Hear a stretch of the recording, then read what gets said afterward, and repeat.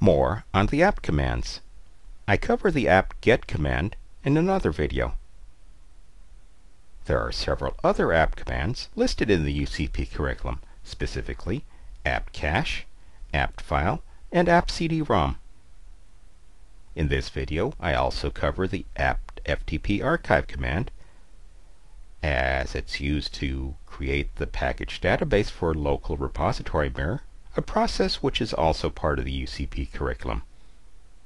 The apt cache command can review available repositories for package information.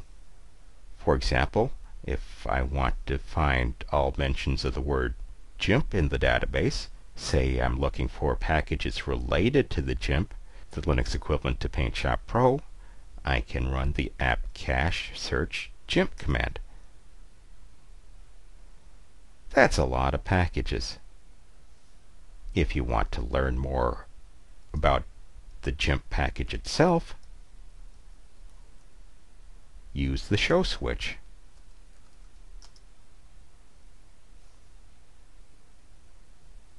And the information that scrolls by tells you about the ownership of the package, the maintainer, dependencies, conflicting packages. The file name even tells you which repository it comes from, in this case the main repository, as well as a basic description of the package.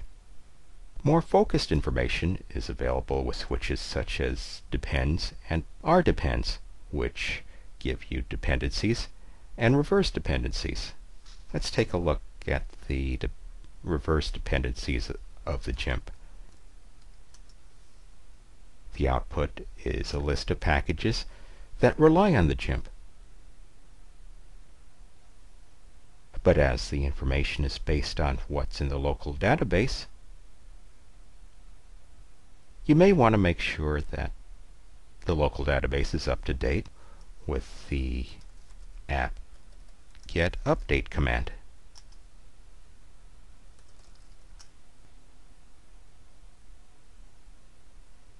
If you've installed from a CD or DVD, that media should be shown in the etc/apt/sources.list configuration file as an update repository.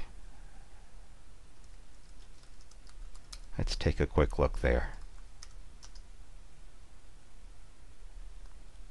It's listed there, but it's commented out, and that's just as well for my purposes, as I don't want to keep the CD or DVD stuck in the drive.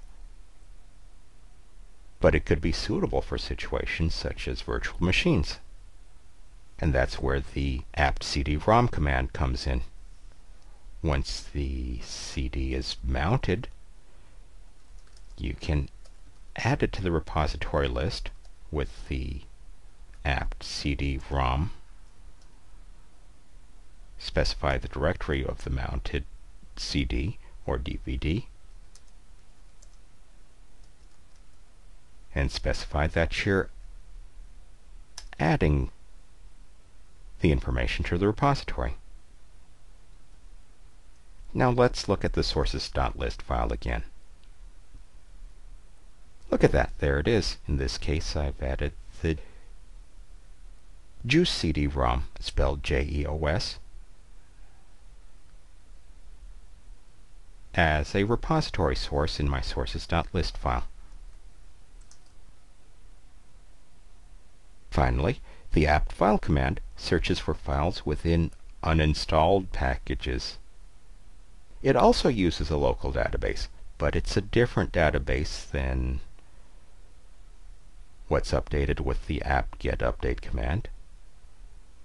So if you haven't done it before, you'll want to create the database with the apt file update command. And once that database is updated, depending on connections, it may take a couple of tries to get there, you can search the database.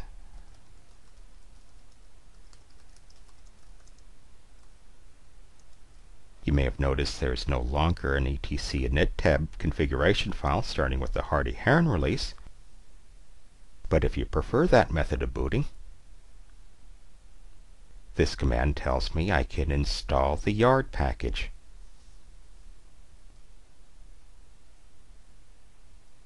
Finally, there's the apt ftp archive command. It's used with a list of local packages to configure a repository database.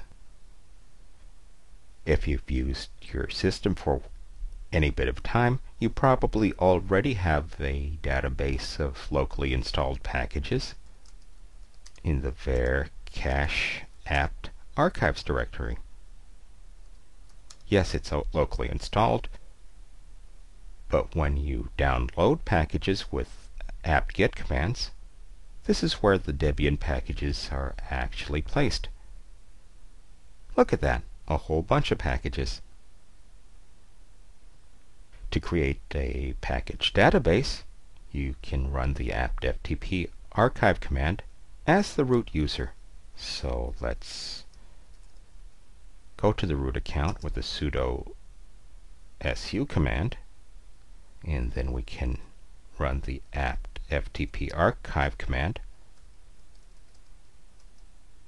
with packages as listed in the current directory, so we have to change to that directory.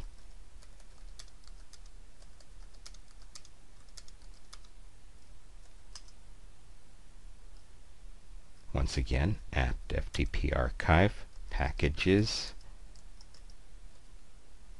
Let's compress it.